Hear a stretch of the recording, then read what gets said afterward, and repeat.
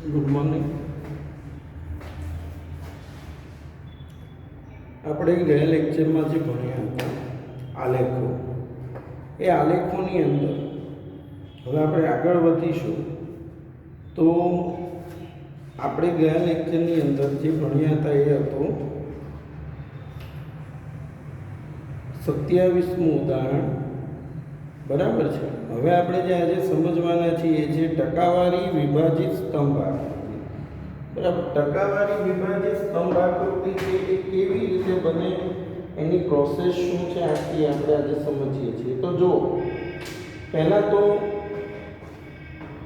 જે પ્રશ્ન છે પેજ નંબર 48 ઉપર, ઉદાહરણ 27માં આપેલ બે કુટુંબના ખર્ચની માહિતીની સરખામણી કરવા માટે યોગ્ય આકૃતિ દર્શાવો. બરાબર. યોગ્ય આકૃતિ એમણે કીધું, પણ ટકાવારી વિભાજિત માટે એનો ઉપયોગ કરીએ છીએ. તો ટકાવારી વિભાજિત સ્તંભ આકૃતિ કઈ રીતે બનશે તો સમજો બધા. આપણે પહેલા એનું આનું ફોર્મેટ બનાવીએ છીએ. કઈ રીતે બને, ટકા કેવી રીતે કાઢવાના, એ બહુ મહત્વનું છે. તો ધ્યાન રાખજો. પહેલા છે વિગત.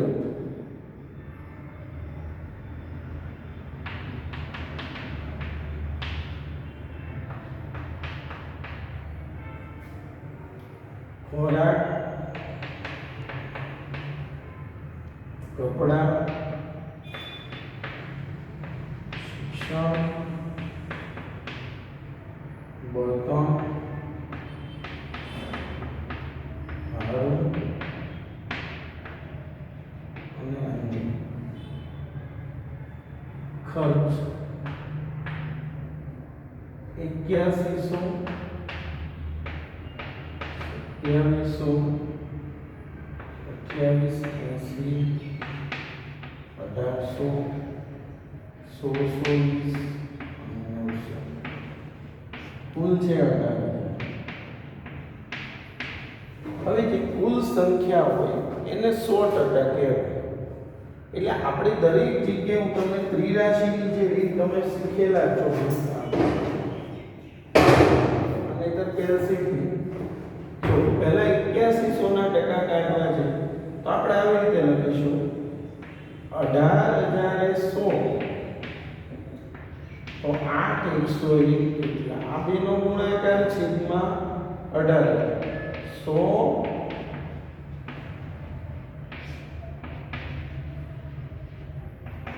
તો 8100 ભાગ્યા 18 તો આવશે 45. કેટલા આવશે? 45. એટલે ટકા કાઢશું. એવી જ રીતે હવે બીજામાં શું થશે? 2700. તો 2700 ગુણ્યા 100 ભાગ્યા 18 2880 ગુણ્યા 100 ભાગ્યા 18. એ રીતે ટકા નીકળશે. બરાબર છે. તો સૌપ્રથમ જે ટકાવારી પહેલામાં આવી, તો પહેલામાં કેટલા આવ્યા? 45. પછી 15 આવશે, પછી 16, પછી 10, 9 અને 5. કુલ સરવાળો 100 થવો જોઈએ. હવે આ જે ટકાવારી આ કુટુંબ એની આપણે જે કાઢી, એ ટકાવારીની વિભાજિત રેખા બનાવવી પડે. અહીંયા લખવાનું વિભાજિત રેખા. પહેલામાં 100 - 45. પહેલાની જેવું જ છે, વિભાજિત સ્તંભ આકૃતિ તેની જેમ અહીંયા વિભાજિત ટકા કરીએ તો 55 - 15 40 - 16 24 - 10 14 - 9 અને 5 અને 5 થઈ ગયું. એટલે પછી આગળ વધવાની જરૂર નથી. જેમાં કુટુંબ A ની માહિતી હતી, એમ હવે આપણે કુટુંબ B ની વાત કરીએ. તેમાં પણ ખર્ચ, ટકાવારી અને વિભાજિત રેખા. હવે ખર્ચની વાત કરીએ તો કુટુંબ B ની અંદર 7,000 2,000 2,000 3,000 4,000 અને 2,000 ટકાવારી તો કુલ જે છે આનો સરવાળો 20,000 તો 20,000 એ 100 તો 7,000 એ કેટલા એટલે બધામાં શું થશે છેદમાં 20,000 આવશે 7,000 ગુણ્યા 100 ભાગ્યા 20,000 2,000 ગુણ્યા 100 ભાગ્યા 20,000 2,000 ગુણ્યા 100 ભાગ્યા 20,000 3,000 ગુણ્યા 100 ભાગ્યા 20,000 આ રીતે ટકાવારી તો ટકાવારી 2,000 ગુણ્યા 7,000 ગુણ્યા 100 ભાગ્યા 20,000 તો 35% આવશે પછી 10 આવશે પછી 10 આવશે 15 આવશે 20 આવશે અને 10 આવશે 100 બરાબર છે હવે વિભાજિત રેખા તો આ 100 માઈનસ 35 65 માઈનસ 10 55 માઈનસ 10 તો 45 45 માઈનસ 15 તો 30 30 માઈનસ 20 તો 10 આ રીતે આ વિભાજિત રેખા મળે એટલે સૌપ્રથમ જે માહિતી છે એના આધારે આપણે શું શોધવાની વિભાજિત રેખા હવે આપણને બધા ટકાવારી મળી ગઈ છે હવે આ ટકાવારી શોધ્યા પછી આપણે બે આલેખો બનાવીશું કુટુંબી અને કુટુંબી અને એ આલેખો 100%ના બંને બનશે આમાં બરાબર છે તો જો પહેલા દરેકે આટલી વસ્તુ કોપી કરી નાખવી અહીંયા વિડિયો સ્ટોપ કરીને આલેખમાં પાછળ લખી લો પહેલા પછી જ ગણતરી કર્યા પછી જ દરેકે દોરવાનું છે બરાબર તો જો હવે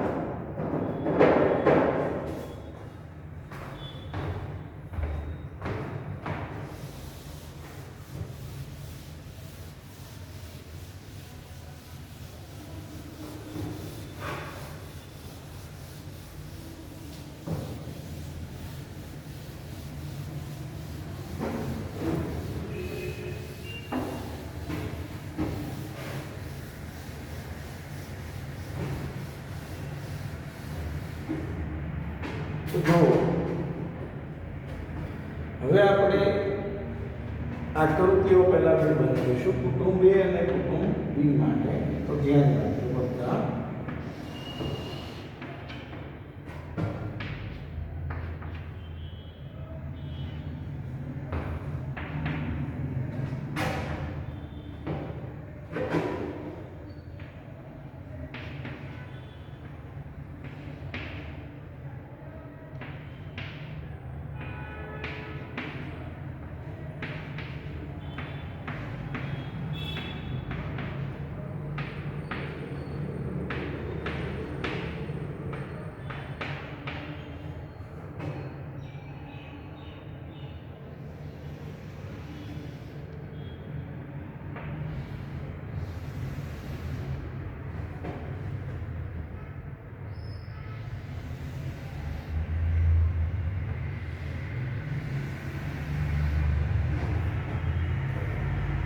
હવે આપણે ટકાવારી જે બનાવી હતી એ પ્રમાણે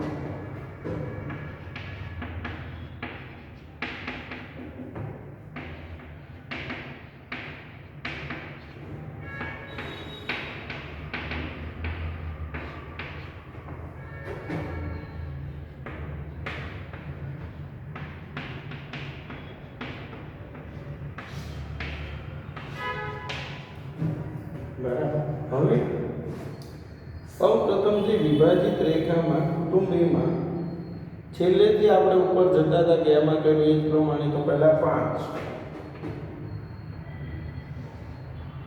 પછી 14 પછી 24 40 પછી 40 પછી 55 એવી જ રીતે કુટુંબ બીની અંદર તો સૌપ્રથમ 10,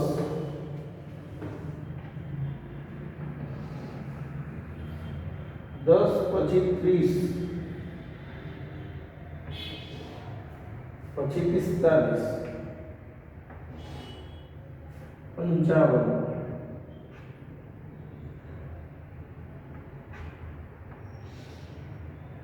65.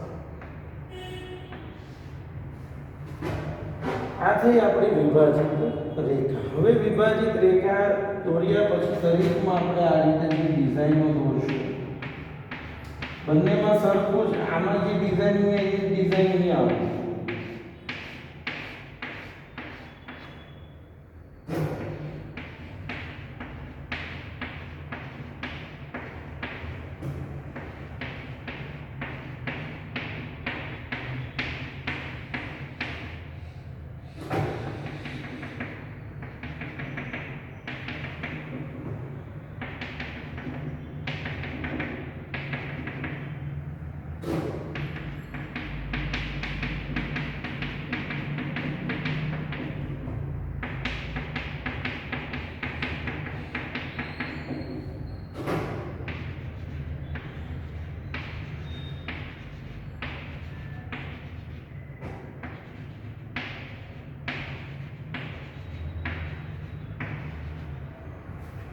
હવે આ ડિઝાઇનો જે દોરી એ પ્રમાણે પહેલા અહીંયા એક્સ અક્ષ, કુટુંબ, વાય અક્ષ,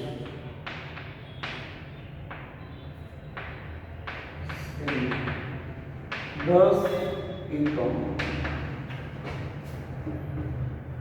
10% ખર્ચ, બરાબર. અને હવે આ રીતે અહીંયા સાઈડમાં લખ્યું 1 2 3 4 5 6. સૌપ્રથમ જે ડિઝાઇનો છે એ જ દોરીશું.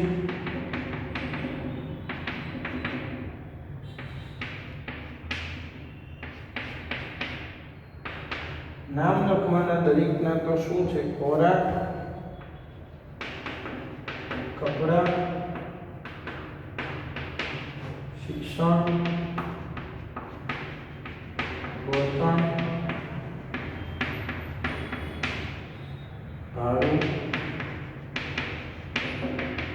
અને તો આ રીતે આ આપણે ટકાવારી વિભાજિત સ્તંભ આકૃતિ દોરી, બરાબર છે. હવે દરેક વિદ્યાર્થીએ જે ધ્યાન રાખવાનું છે એ જુઓ તો એની પછીનો જે આલેખ છે, બરાબર છે, તો આપણે જોઈ શકીએ છીએ એની પછીનો જે આલેખ છે, એક કારખાનામાં 2 પ્રકારના કબાટ A અને B નું ઉત્પાદન કરી તેનું વેચાણ કરે છે. બહુ મોસ્ટ ટાઈમથી આલેખ છે, બરાબર છે. કબાટ એ બહુ આકર્ષક નથી પરંતુ ટકાઉ છે, તેથી તેનો ઉપયોગ ઔદ્યોગિક એકમોમાં થાય. જ્યારે કબાટ B આકર્ષક હોવાથી તેનો ઉપયોગ રહેઠાણમાં થાય. કબાટ A ની વેચાણ કિંમત 5000 રૂપિયા અને કબાટ B ની વેચાણ કિંમત 8000 રૂપિયા. કબાટ A ની વેચાણ કિંમત 5000 અને B ની વેચાણ કિંમત 8000 રૂપિયા.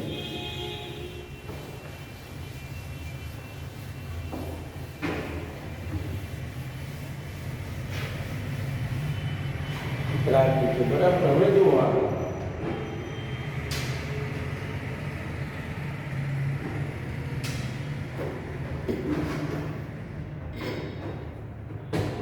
ખર્ચની વિગત.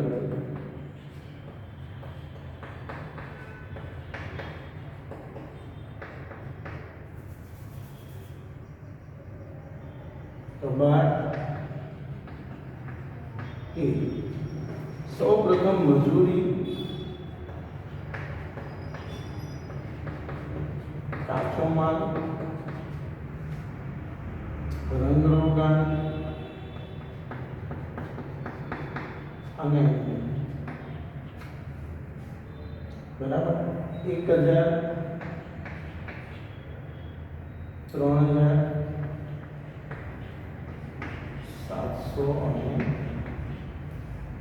800 કુલ 5500 અને બી ની અંદર જે છે પછી પહેલા તો સમજો કબાટ એની કિંમત છે 5500 હવે આપણે વેચીએ છીએ 5000 તો કબાટ એ વેચવાથી આપણને શું થશે ફાયદો થશે કે નુકસાન થશે નુકસાન થશે કારણ કે 5000 જે છે એની વેચાણ કિંમત છે અને પડતર કિંમત કેટલી છે 5500 તો સૌપ્રથમ આનો સરવાળો પડતર કિંમત 5500 વેચાણ કિંમત 5000 તો શું થશે નફો કે નુકસાન નુકસાન તો માઇનસ હવે ટકા સમજાવું કાઢે તમને 5500 નુકસાન તો 100 ગુણ્યા 500 ભાગ્યા 5000 10% નુકસાન થાય 10% નુકસાન થાય એટલે મૂળ કિંમત 100% હોય અને વેચાણ 10% નુકસાન થાય 110% એટલે જે આપણી પડતર કિંમત હવે સમજો કબાટ એ અહીંયા ટકા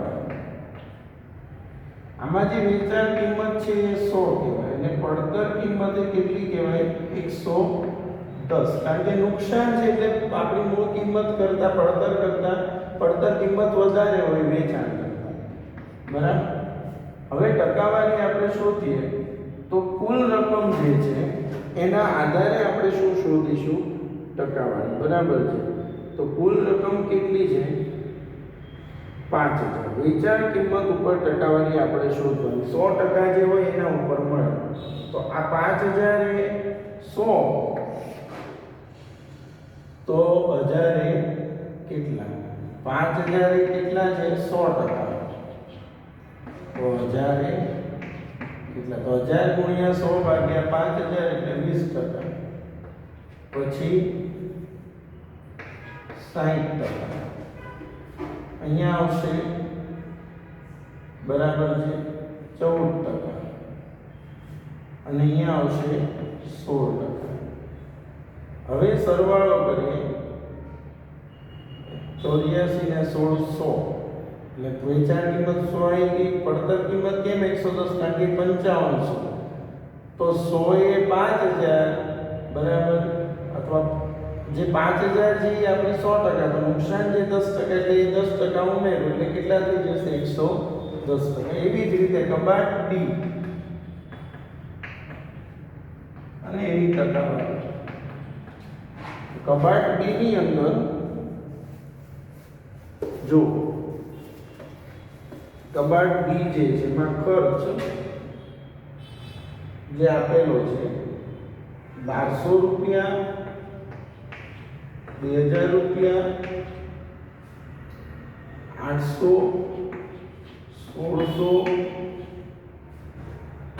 બરાબર છે કુલ આપણને જે કબાટ છે કેટલામાં પડ્યો 5600 માં હવે એની વેચાણ કિંમત કેટલી છે 8000 તો 2400 રૂપિયાનો શું થશે નફો તો આનો કુલ સરવાળો 5600 છે વેચો 8000 માં તો નફો કેટલો થયો 2400. હવે ટકાવારીની વાત કરીએ તો 8000 છે એ 100%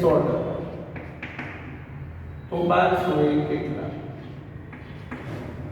1200 ગુણ્યા 100 ભાગ્યા 8000 કરશો એટલે 15% આવશે કેટલા ટકા 15 પછી 8000 એ 100 તો 2000 કેટલા 2000 ગુણ્યા 100 ભાગ્યા 8000 એટલે 25% પછી 10% પછી 20% આ જે 5600 છે એ 70% થાય છે મૂળ કિંમતના કેટલા 8000 એ 5600 તો 100 એ કેટલા 20000 આ 8000 થી કુલ 100% છે 100 માંથી 70 બાદ કરો એટલે કેટલા આવશે 30%. તો આપણા જે નફો છે એ કેટલો થશે 30%. હવે આ નફો અને નુકસાન પહેલા બની ગયું સૌપ્રથમ આ દોરવાનું આટલું થઈ જાય. હવે આપણે આલેખ દોરીશું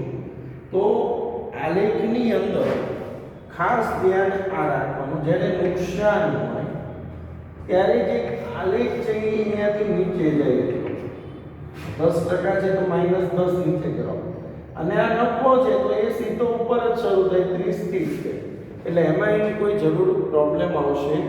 એટલે ખાસ આપણે આ સમજવાનું. અને વિભાજિત રેખા જે આપણે લઈ લઈએ, વિભાજિત રેખા, તો વિભાજિત રેખાની અંદર સમજો, હવે રહી ગઈ છે તો તમને ટેક્સ્ટમાં સમજાવું છું. જો પહેલામાં 100 - 20 એટલે 80, 80 - 60 એટલે 20, 20 - 14, 20 - 14 એટલે 6, અને 6 - 16 એટલે -10 આવશે છે. એમ પહેલામાં તો 100 - 15 એટલે 85, 85 - 25 એટલે 60 - 10 એટલે 50 - 20 એટલે 30, છેલ્લા 30 મળી જશે. એ રીતે જે બનાવી એમ જ છે. હવે આપણે આનો આલેખ દોરીએ છીએ, તો જુઓ બધા,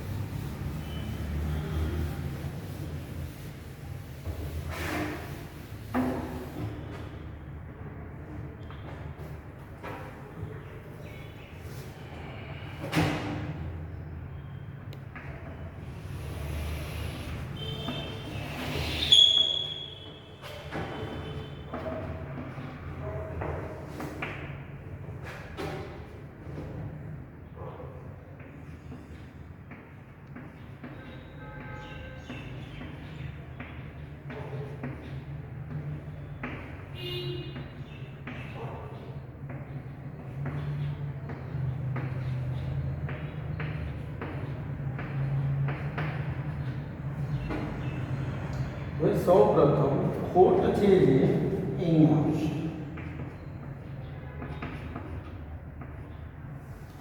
હવે આપણે વિભાજિત રેખાથી શરૂ કરીએ. તો સૌ પ્રથમ જે વિભાજિત રેખા છે, બરાબર છે, એ પહેલી રેખા જે છે એ 20% છે, એટલે ત્યાંથી ક્યાં સુધી જશે? 80 થી 100 સુધી. જો આ ખોટ જે છે ને, ખોટનો અને રંગરોગાન બંનેનો પહેલો જે આલેખ હોય અહીંયાથી, જો આ -10 જે છે અને પહેલું જે છે એટલે 100,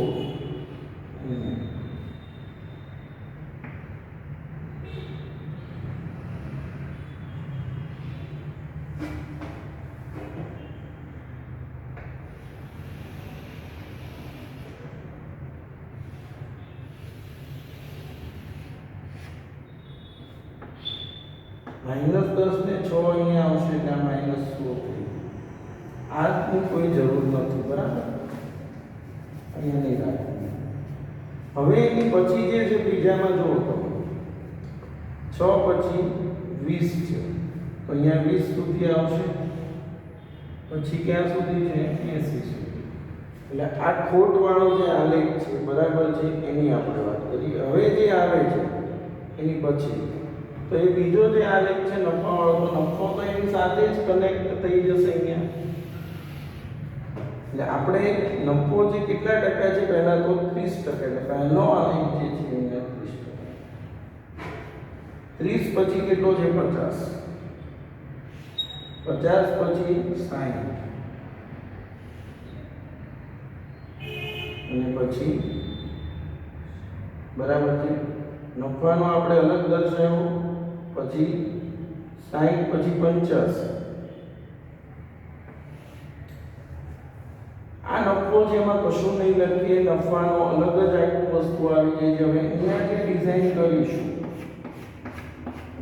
અહીંયા આવશે, આ શીખવાનું છે.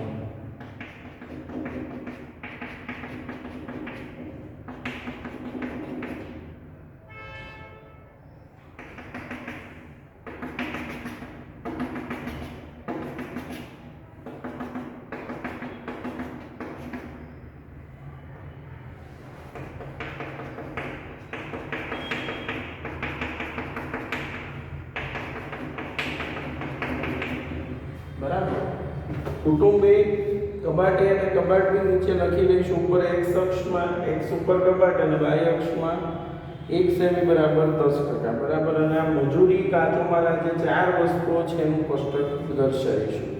આ જે છે આજે નીચેનું છે તો શું છે? ખોટ છે, બરાબર.